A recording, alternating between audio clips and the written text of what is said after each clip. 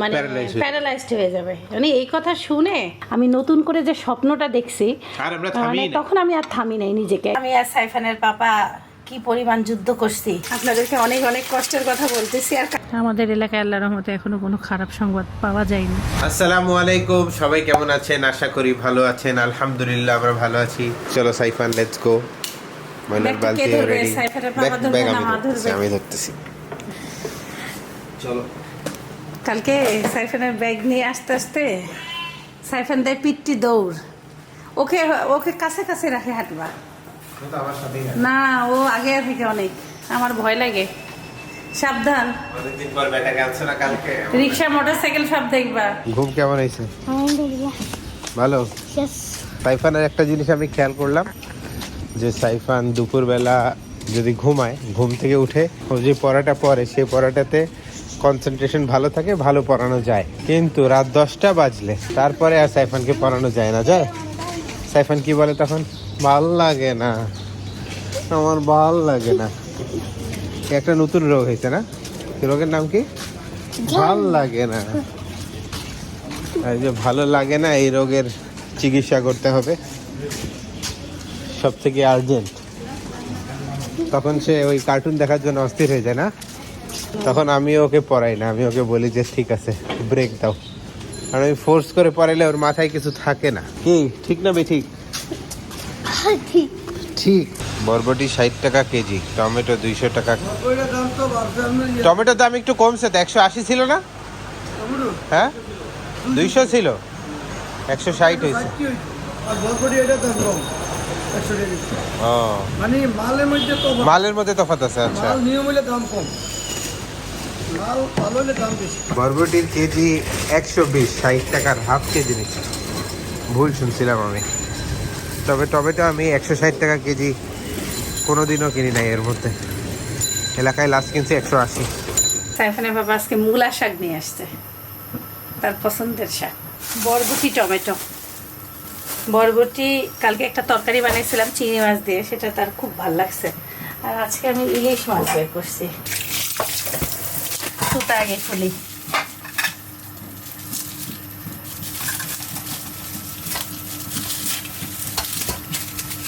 মাছটা ডিম হইতে পারে, চ্যাপটা মাছ তো, 1 বছর আগের মাছ, বোঝাই যাচ্ছে না। সাইফানের বাবা এত সুন্দর টমেটো আনছে, আমি একটু অবাক হইলাম, মনে হচ্ছে সিজনের টমেটো কাটতেছি। সে হচ্ছে যে তার ডিম টমেটো ছাড়া খাইতে পারে না, আবার হলো মুরগির মাংসে টমেটো না দিলে খাইতে ভালোবাসে না। আর এই টমেটোর এত দাম, এতদিন 200 টাকা পর্যন্ত উঠছে, 220, তাও অল্প অল্প অল্প অল্প করে কিনে কিনে খাওয়া হয়েছে। আজকে দেখি 1 কেজি নিয়ে আসছে।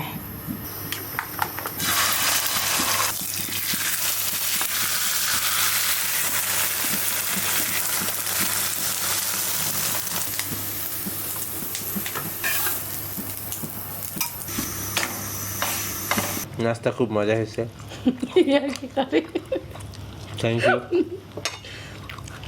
ইয়ার কি করো? ইয়ার কি না, সত্যি নাস্তা আবার মজা হয়েছে। আমি কি তোমার কাছে রিভিউ চাইছি? রিভিউ দিলাম। সে ক্যাপসিকাম টমেটো দিছো, ক্যাপসিকাম শেষ না? না আছে। ক্যাপসিকাম কিনতেই বাজারে ঢুকছিলাম মেইনলি। আজকে চিন্তা করতেছি ফিজিওথেরাপি সেকেন্ড সেশনটা নিয়েই নিব নাকি। একদিন পরে নাও না, উনি বলছে যে টানা নিলে আপনার এই ব্যথাটা ভালো হয়ে যাবে। আমি ভাবতেছি এই সাইফানকে একবার দেখাবো। কালকে আমি থেকে এটা ভাবছি। এই ডিসিশন নিছি, মানে মনে মনে, যে একবার সাইফানকে দেখানো উচিত না এই ডাক্তারটা। কিন্তু অনেক খরচ এখানে, খরচ হচ্ছে একবার 700 টাকা করে নিলে 700 ধরো টাকা per বাচ্চা তো session। একবারে ওইভাবে পোষাবে না। সাইফানকে এখন যেই দেখি এক্সারসাইজটা কি দিছে দেয়। এইভাবে করে করে রশি টানা। এখনও অনেকেই কমেন্ট করেন, প্রতিনিয়ত দেখা যায় যে সাইফান কেন বাম হাত দিয়ে খায়।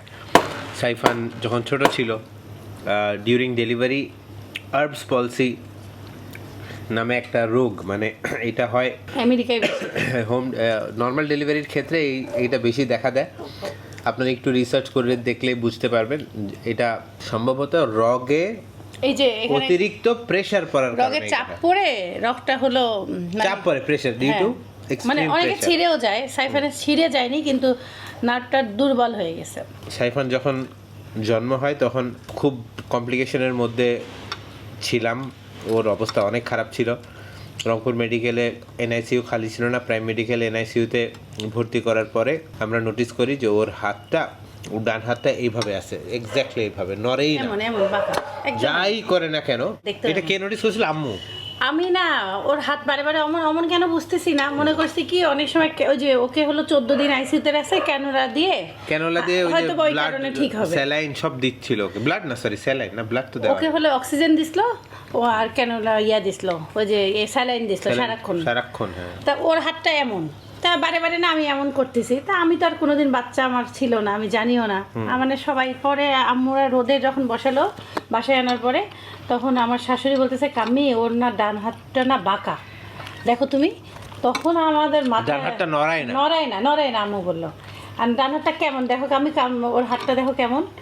তখন সঙ্গে সঙ্গে আবার ওই 14 দিন পরে বাসায় আসছি, আবার ডাক্তারখানা আমরা সবাই মিলে গেলাম। পরে ডক্টর বললো যে ওর দুইটা ডক্টর ছিল সাইফানকে যে দেখছে, একজন হচ্ছে প্রাইম মেডিকেলের সবথেকে বড় ডক্টর শিশু বিশেষজ্ঞ, আরেকটা ছিল যে উনি রংপুর মেডিকেলের ফেরদৌস স্যার ছিল, রংপুর মেডিকেলের সবথেকে বড় ডাক্তার, রংপুর মেডিকেলের সবথেকে বড় ডাক্তার উনি আর কি, প্রাইম মেডিকেলের মনে হয় মালিক পক্ষ হইতে পারে আর কি, অনেক ভয় পাইতে উনি সবাই। পরে উনাকে না আমরা ফেরদৌস স্যারকে দেখাইছিলাম, ফেরদৌস স্যার বললো কি, ফেরদৌস স্যার আমাদেরকে বললো যে সম্ভবত আপনার ছেলের আর্বস পলসি আছে, না আর্বস পলসি বললো, আর বললো আরেকজন বললো কি, আরেক ডাক্তার বললো যে ভবিষ্যতে হয়তো বা এক সাইড ওর হলো মানে প্যারালাইজড হয়ে যাবে। মানে এই কথা শুনে তারপরে যত জায়গায় যাওয়া লাগে শুরু হইলো দৌড়ানো। না ওখান থেকে আমরা প্রাইম মেডিকেলেরই ফিজিওথেরাপিস্টের কাছে গেলাম, সে বললো কি এত ছোট বাচ্চাকে তো এখন থেরাপি দেওয়া যাবে না, আপনি এক কাজ করেন বল কিনে নিয়ে যান, বল নিয়ে ওর হাতে ধরানোর চেষ্টা করেন।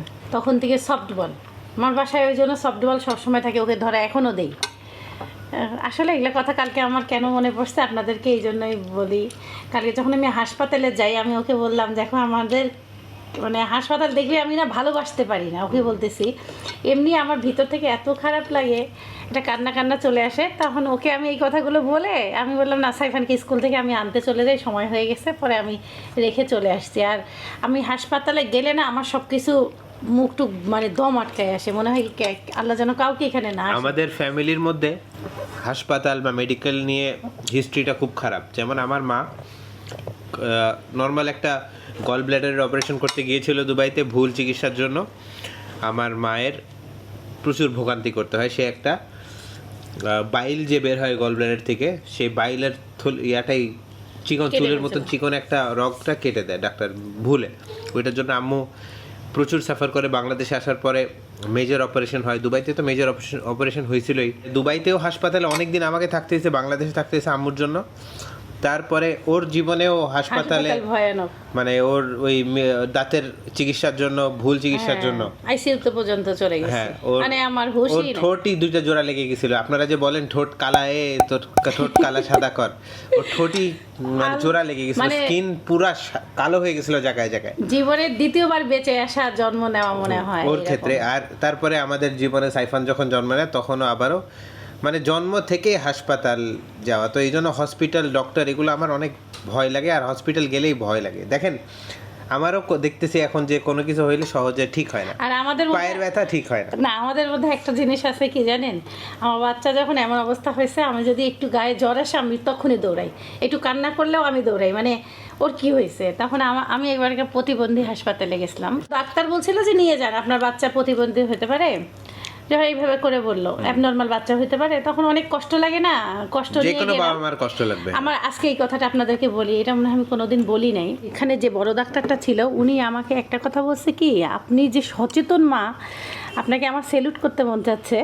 তখন ওই ডাক্তারের কথা শুনে মানে আমি না যে কতদিন ধরে আমার ডেলিভারি হয়েছে, অসুস্থ বাচ্চা আইসিইউ, আমি তখন একটা নতুন করে স্বপ্ন দেখলাম যে আমার বাচ্চা সুস্থ হইতে পারে। বললো আমাদের এই বাংলাদেশে যত মানুষের বাচ্চা অসুস্থ, কেউ 6 বছর পর নিয়ে আসে, কেউ 7 বছর পর নিয়ে আসে, কেউ হলো নিয়ে আপনি কেবল আইসিইউ থেকে ছাড়া পায় 14 দিনে নিয়ে আসছেন। আপনার বাচ্চার মানে আমি জানি না এই বাচ্চা আল্লাহ আল্লাহ কীভাবে রাখবে, তবে আপনি যেভাবে সচেতন এই বাচ্চা ইনশাআল্লাহ সুস্থ হবে। ওনার এই কথা শোনার পর থেকে আমি নতুন করে যে স্বপ্নটা দেখছি, আর আমরা থামি মানে নাই। তখন আমি আর থামি নাই নিজেকে, এই জন্য 1.5 বছর আমরা যুদ্ধ করছি কন্টিনিউয়াস, হ্যাঁ, বলতে পারবে না আমাদের 1.5 বছর সাইফানের যখন মানে আমার 1 বছর তখন থেকে তো আমি ভিডিও বানাই, কিন্তু তার মধ্যেও যে আমার বাচ্চা নিয়ে এগুলো যুদ্ধ, আমি কখনো ক্যামেরাতে আনি নাই। কিন্তু আমার বাচ্চাকে আমি নিজে করতে করতে 17 বছরের শিশু হাসপাতালে ঢাকার থেরাপিস্ট আমাকে বলছে, আপু আপনার আসতে হবে না, আপনি আমার থেকে ভালো থেরাপি দিচ্ছেন ওকে। তখন থেকে সাইফানের পাপা তারপরও মানে নাই, তারপরও অনেক দিন করাইছি, করার পরে আস্তে আস্তে যখন সাইফান ওই থেরাপিস্ট এই কথা বলার পর থেকে তখন থেকে আমি ওকে থেরাপি দিয়ে তারপরও হাতে শক্তিটা কম, কিন্তু ও আগের থেকে আলহামদুলিল্লাহ। ও আর আমি সব থেকে এখন মনে লাখো বাচ্চার থেকে ওর অন্যদের ক্ষেত্রে একদম নাই। বসা হাত দেখাইছে আমাদেরকে, অনেক বড় বাচ্চাকে দেখাইছে 7 বছর 8 বছরের, তখনই দেখতে পাচ্ছি আমরা। আমি অন্য বাচ্চারে, আমি প্রতিটা বাচ্চা যখনই কেউ জন্মগ্রহণ করে আমি যদি তাকে দেখতে চাই আগে তার হাতটা দেখি, মানে ওই যে আমার বাচ্চার সাথে হয়েছে এমন যে হাসে নাকি ঠিক ভালো, তারপর আমার বাচ্চাকে ঝুনঝুনি বাজাই আমার বাচ্চার বিকাশের জন্য যে ঠিক আছে নাকি। তখন ডাক্তার কি বলে জানেন, আপনার বাচ্চার সব কিছু আলহামদুলিল্লাহ ভালো আছে, ভয় পায়েন না। আমরা ওর এই সমস্যা হওয়ার পর থেকে আমরা ওর একটা ডক্টর না, আমরা সব ডক্টর দেখাইছি। ওই যে শ্যামলী শিশু হাসপাতালের উল্টা পাশে নিউরো সায়েন্সের একটা ইয়ে আছে, সেখানে ওরা দেখে ওদের মোটর অ্যাক্টিভিটিস সেন্সগুলো ঠিক আছে নাকি, পুরো শরীরে সবকিছু মাপামাপি করলো, খালি ব্রেন ঠিক আছে নাকি ওগুলাও চেক করাইছে। মানে যখন ভয় ঢুকে যায় না তখন মানে আল্লাহ যেন কারো শত্রুকেও যেন এরকম রোগ না দেয়, মানে এরকম টেনশন না দেয়। এইরকম টেনশন পার হওয়া মানে একটা মনে হচ্ছে কঠিন সমুদ্রের ভিতরে ছিলাম, আল্লাহ তাআলা স্বয়ং পৃথিবীতে আবার কিভাবে জানি সব কিছু সমাধান করে দিছে। আরও একটা ঘটনা, সাইফানকে স্কুল দেওয়ার পরেও সাইফানের ক্লাসে কান্না করতো, আর সাইফান না কান ধরতো এমন। হ্যাঁ, সাইফানের মিস আমাকে বললো যে আপু ওকে হচ্ছে কি দেখাতে বললো, ওকে একটু ডক্টর দেখান তো, কানে শুনে নাকি, সাইকিয়াট্রিস্ট নাকি জানো নাকি দেখাইতে বল। তারপরে এই কথা শুনে দেখাইছি তো, তাও তো দেখাইছি। আমরা দুইজন তো মনে হয় বাসায় এসে মারা যাব, আপনাদেরকে এগুলো বলিনি কোনো। না বলছিলাম, আমরা ডাক্তার দেখেছি ব্লগে বলছিলাম যে আমরা নাকি বলি নাই, না বলি নাই। তারপরে কান এমন করে ধরে বাচ্চা বলে কানে কম শোনে, মিস বলে ও মনে হয় কানে কম শোনে। আমি ওকে পরীক্ষা করি, ক্লাসে ও সব বলতে পারে, পুটপুট করে আসে বাসায়, ওই বাচ্চা কানে কম শোনে, কিন্তু বাসায় এসে বলতো যে আমার এত শব্দ ভালো লাগে না। ও বলে আমার শব্দ ভালো লাগে না আম্মু। টিভি সাউন্ড ওকে মোটামুটি জোরে দিয়ে দেখি, সেটা দেখে, ক্লাসের সাউন্ড সহ্য করতে পারে না, এটা কেমন কথা। পরে পরে হলো বাচ্চাদের সাথে মিশতে মানে এমন অবস্থা হয়েছে, ধরেন ওর কিছু হইলে আমরা মনে করেন অল ফ্যামিলি কেমন জানি হয়ে যায়। পরে আসলে বাচ্চাদের সাথে মিশে ওই শোরগোলটা ওর ঢাকাতে ছিল না, কারণ এটা ঈশ্বরদে গেলেই ও পাইতো। ওই জন্য আস্তে আস্তে বাচ্চাদের সাথে মিশে পড়ে। ডাক্তার বললে এটা ভয়ের কিছুই না, ও প্রথম জীবনে স্কুলে গেছে বাবা মাকে ছাড়া, মানে ওকে নিয়ে না একটা আমাদের সবসময় আলাদা এই জন্য টেনশন। আর এটাই বলা। এখন আমি একটা কথা বলি যে ধরেন মানে আল্লাহর রহমতে সাইফানের যতটুকু ডান হাত চলে, হয়তো বা খুব কাছ থেকে যদি কেউ খেয়াল করে সে বলতে পারবে যে ওর হাতে সমস্যা আছে, না হইলে আইডেন্টিফাই করা একটু কঠিন। আমরা বাবা মা আমরা ওকে জন্ম থেকে দেখতেছি, আমরা জানি যে ওর উইকনেসগুলো কোথায়। এখন আপনারা যখন বলেন যে আপনারা চেষ্টা করেন না কেন ডান হাত দিয়ে খাওয়াইতে, ও ডাক্তার নিষেধ করছে, ডাক্তার নিষেধ করছে, কোনো রকম প্রেশারাইজ করবেন না। যদি প্রেশারাইজ করেন তাহলে ফিজিক্যাল যে প্রবলেম আছে সেটার সাথে মেন্টালও একটা মানসিক চাপ পড়বে ওর প্রতি, তখনও কোনো স্বাভাবিক কাজও অস্বাভাবিক হয়ে যাবে ওর জন্য, নর্মাল যে কাজগুলো। তাহলে আমি তো অফকোর্স চাবো না যে আমার ছেলেকে মেন্টালি টর্চার করতে বা মেন্টালি ওর মাথায় একটা প্রেশার দিতে। যদি কারো ডান হাত না থাকে তাও আপনারা বলবেন যে জোর করে আপনারা খাওয়ান, চেষ্টা করেন। তো আমরা অ্যাজ বাবা মা কোনো দিনও আমার সন্তানের জন্য খারাপ চাবো না, আমরা কম চেষ্টা করাই নাই, আমরাও কিন্তু চেষ্টা করাইছি। কিন্তু যখন আমরা দেখছি যে ওর জন্য ওই ডান হাত দিয়ে খাওয়াটা অনেক কঠিন, অনেক বেশি কঠিন, ওগুলো তো আমরা ভিডিওতে শেয়ার করব না। তো এই জন্য আমরা ডিসিশন নিছি যে না, ও বেঁচে থাকুক, সুস্থ থাকুক, যেভাবে থাকুক সুস্থ থাকুক, বেঁচে থাকুক। ও এক হাত দিয়েই যা করে, ওর বাম হাতে আলহামদুলিল্লাহ 2 হাতেরই শক্তি আছে, একটা মায়ের খাইলে বোঝা যায়। আর ও আমি এক্সারসাইজ শুরু করার পর থেকে ও এক্সারসাইজ করে, হাঁটাহাঁটি করে, খাওয়া দাওয়া মোটামুটি আমাদের বাসায় যতটা আনহেলদি হইতো আনহেলদিও অনেক কমে গেছে।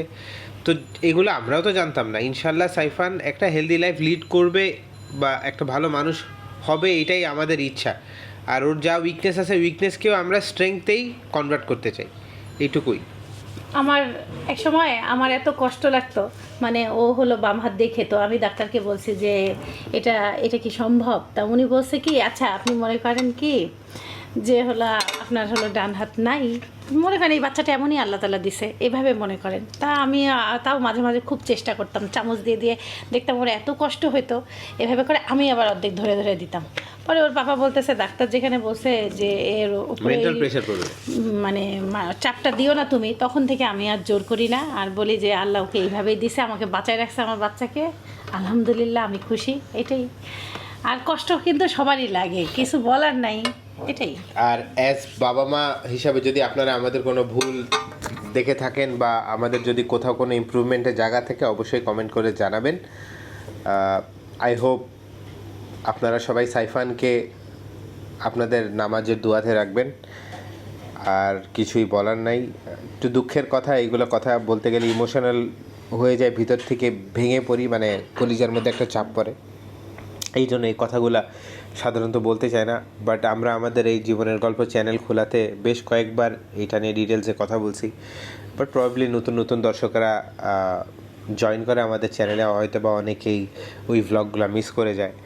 বাট কাউকে না এইভাবে সেন্টিমেন্টে হার্ট করে কথা বলাটা আমার মনে হয় ঠিক না, কাউকে আঘাত দিয়ে কথা বলাটা, কারণ যার ভিতরে কত দুঃখ আছে এটা কেউ বলতে পারে না। সে যদি মুখ দিয়ে খুলে না বলে তার দুঃখ যে নাই বা সে যে কষ্ট পাচ্ছে না, এইটা না, একটা মানুষের ভিতরে অনেক রকম কষ্ট থাকতেই পারে, হিডেন যেসব কথা হয়তো বা সে পাবলিকলি বলতে চায় না, এটাই বলতেছে। দোয়া করবেন আর কি, দোয়া করা ছাড়া আমার আপনাদের কাছে কিছু চাওয়ারও নেই।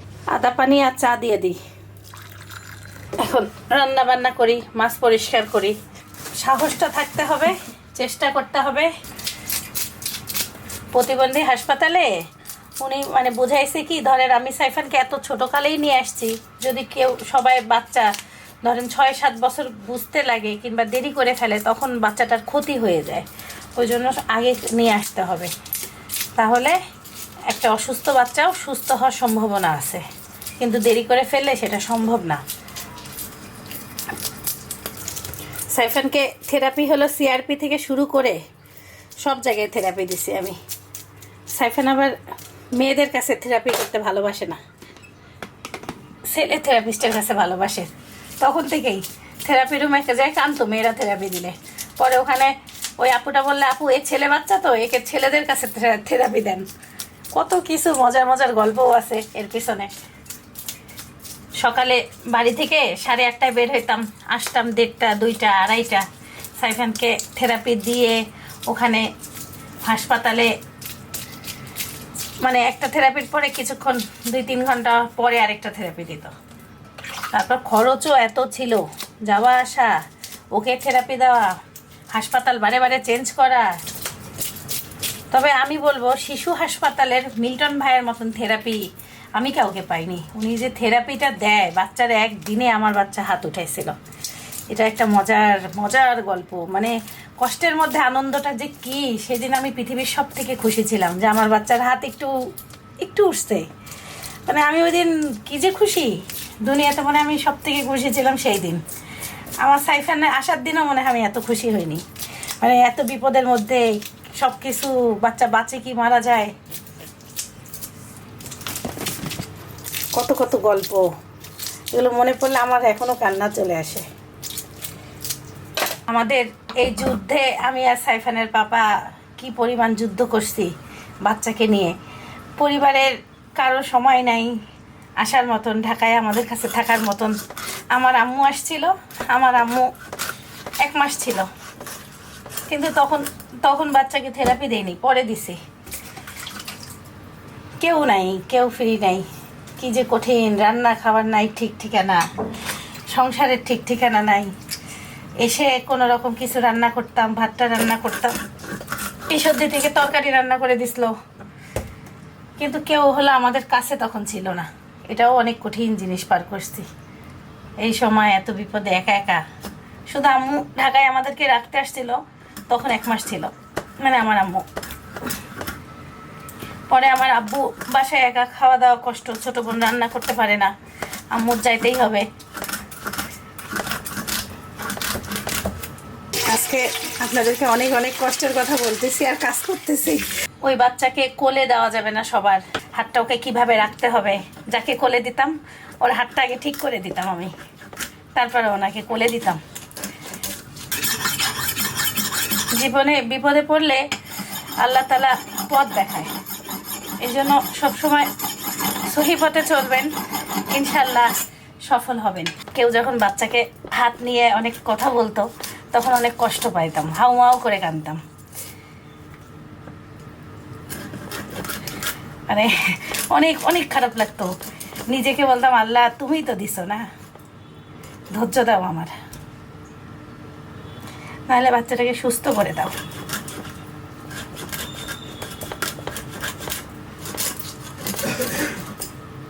মন মতন বটি ধার হচ্ছে না, সময় নিয়ে ডলতে হবে।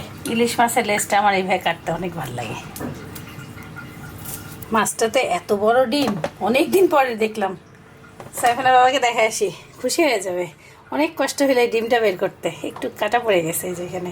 আজকে তো তোমার ঈদ মোবারক। এই যে এত বড় ডিম কতদিন দেখি নাই না, এত বিশাল ডিম, মানে আমার হাতের এক হাত পার হয়ে গেছে। দেখেন এই যে যে এটা পুরা এত বড় চ্যাপটা ডিম। ডিম বের করে ফেলছে, এই জন্য মাছের পেটি কেমন লাগতেছে। আজকে আমি মাছের পেটি অন্যভাবে কাটলাম, মানে একটু বড় বড় করে এইভাবে কাটলাম, নাহলে একদম পেটটা ফাঁকা লাগতেছে। এই মাথা দিয়ে একদিন হলো কচু শাক ঘাটি করবো।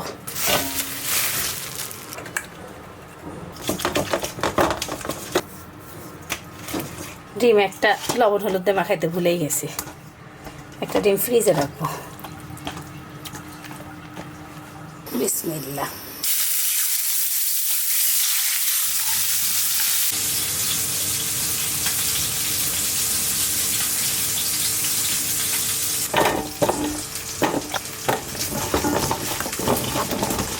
আলু আর টমেটো দিয়ে ইলিশ মাছটা রান্না করি।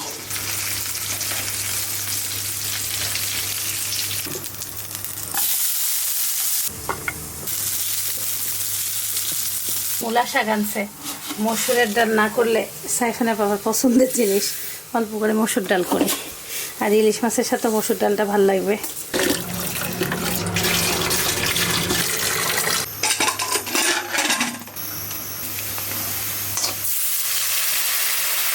ধনিয়া, জিরা, হলুদ, সামান্য মরিচের গুঁড়া, কাঁচামরিচ কয়টা দিছি। ইলিশ মাছে আদা রসুন খাই না আমরা, কিন্তু জিরাটা খাই। মূলা হয়েছে খুব সুন্দর, কালকে সবজিতে দেবো। এখন আলুর পরিমাণ খুবই কম হয়ে গেছে, আর 2টা আলু দেওয়াই যেত। থাক,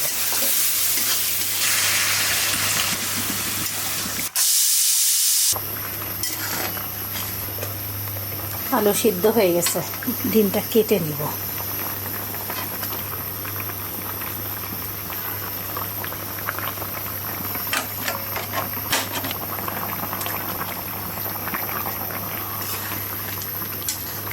আমার রান্নার অবস্থা হচ্ছে, আমি একবারে না সব গুছাই নিয়ে রান্নার সময়টাই পাই না, একটা করে কাটতে হয়, দিতে হয়।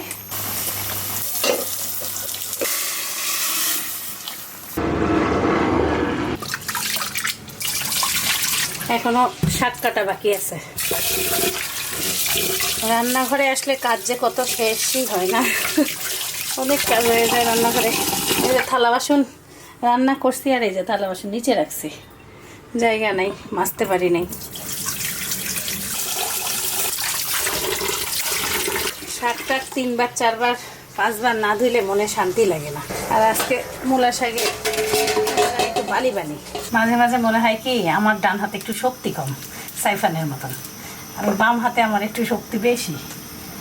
সাইফানের বাবাকে যখন এই কথাটা বলি, সাইফানের বাবা আমাকে বলে কি প্রতিটা মানুষেরই একটু বাম হাত ডান হাত একটু শক্তি কম বেশি হয়।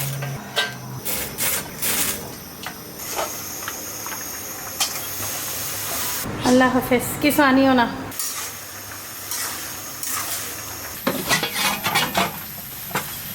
ডাল সিদ্ধ প্রেশার কুকারে দিলে এই জায়গাটায় ডাল আটকায় যাচ্ছে, আর বাহিরে বের হয়ে যাচ্ছে। এটা ভালো মতন আছে, পরিষ্কার করতে হবে। ভিতরের ছিদ্রগুলো মনে হয় ডাল ঢুকে গেছে।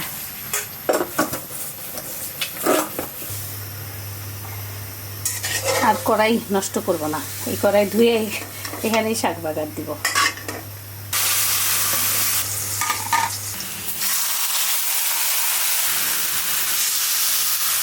এমন একটা স্যাংটা খাইলাম, তার উপরে একবার চুলাও মুছে ফেললাম। কোনো রকম ডিপ ক্লিন তার হয় না, যতটুক সম্ভব। আদা পানি আবার ফুটাইতে দিলাম। এটা ওই যে দুপুরের পরে একবার দেই আর সন্ধ্যায় একবার দেই ওকে। একটু পানি শুকালে শাক ভাজিটা নামাই ফেলবো। রান্নাঘরের কাজ শেষ, রান্নাঘর থেকে বের হব। মোটা শাক কমেই নেই, অনেক হয়েছে শাক।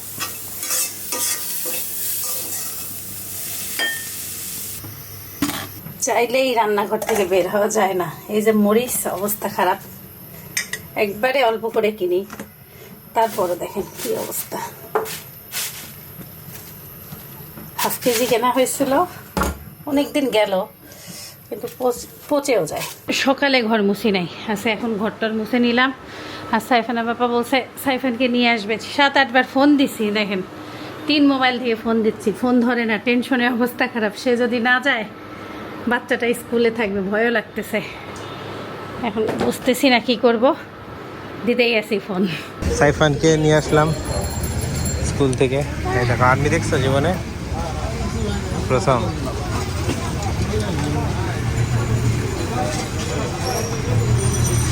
কেমন লাগলো আর্মি দেখে কাছ থেকে?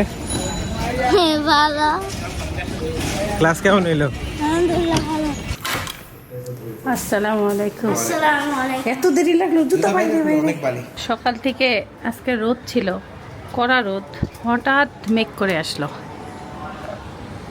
দেখেন তো কঠিন মেঘ করে আসলো।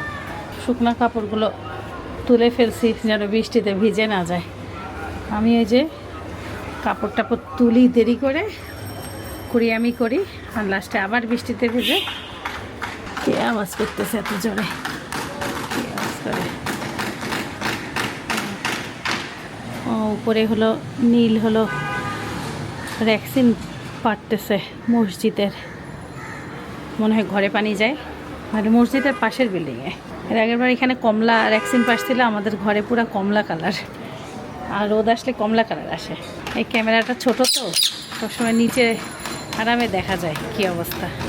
ঢাকা শহর এখনও ফাঁকাই, এলাকার ভিতরে সেই হই হই রই রই নাই। বৃষ্টি আসতে আর থামবে না, যে এমন মেঘ পড়ছে, পুরো কালো হয়ে আসছে। আমি নামাজ পড়ে আসছি, দেখি সাইফান সব নিয়ে আসছে, শুধু মাছের কড়াই আনে নাই। বাবারে বাবা, কেমন কালো অন্ধকার হয়ে আসতেছে। কঠিন বৃষ্টি আসবে মনে হচ্ছে। ভাত গরম আছে তো, আর তরকারি গরম করার দরকার নেই।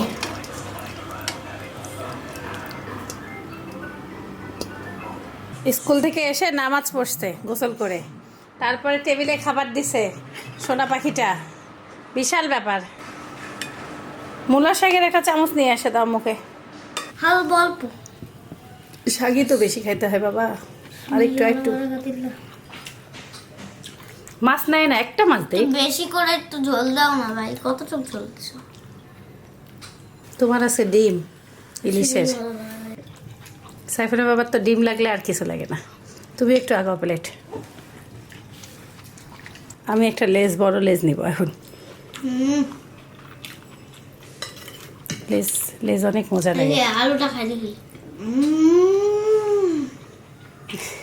ইলিশ মাছ এমন একটা মাছ যার ঝোল দিয়েই খাওয়া যায়। সব কিছুতে ইলিশ মাছ দিলেই টেস্ট চেঞ্জ হয়ে যায়। মাগরিবের নামাজ পড়ে জানালার কাছে বসে আছি। বিকালে বৃষ্টি হয়েছে, রাস্তাঘাট সব ভিজা। রাতের বেলা ঢাকা শহরে ভালোই লাগে, প্রতিটা বাড়িতে বাড়িতে লাইট জ্বলে। মাগরিবের পরেও ভাল লাগে, আবার গভীর রাতেও ভাল লাগে যখন সব লাইট বন্ধ থাকে, 2-1টা বাড়িতে লাইট জ্বলে। ইদানিং রাতের বেলা বেশিরভাগ বাসায় লাইট জ্বলতেছে। সবাই যে ডাকাতের ভয়ে সবার বাসায় কেউ না কেউ জাগনা থাকে। তারপরে এলাকার মধ্যেও পাহারা দিচ্ছে, লাঠি হাতে নিয়ে। আমাদের এলাকায় আল্লাহর রহমতে এখনো কোনো খারাপ সংবাদ পাওয়া যায়নি, কিন্তু ওই যে আতঙ্ক ছড়াই গেছে না, আতঙ্কর কারণে সবাই পাহারা দিচ্ছে। Tara and Suki, what are they looking at? looking at the balloon. They are looking at the balloon. They are looking at the balloon. They are. You are my hero, you are my superstar. ইনি হচ্ছে ইলিশ নিয়ে খুব সুন্দর news দিয়েছে যে ইলিশের দাম কমবে এবং ইলিশ আগে পাবে দেশের মানুষ, তারপরে রপ্তানি। My guiding light, you are my everything, you are Muhammad. Peace be upon him.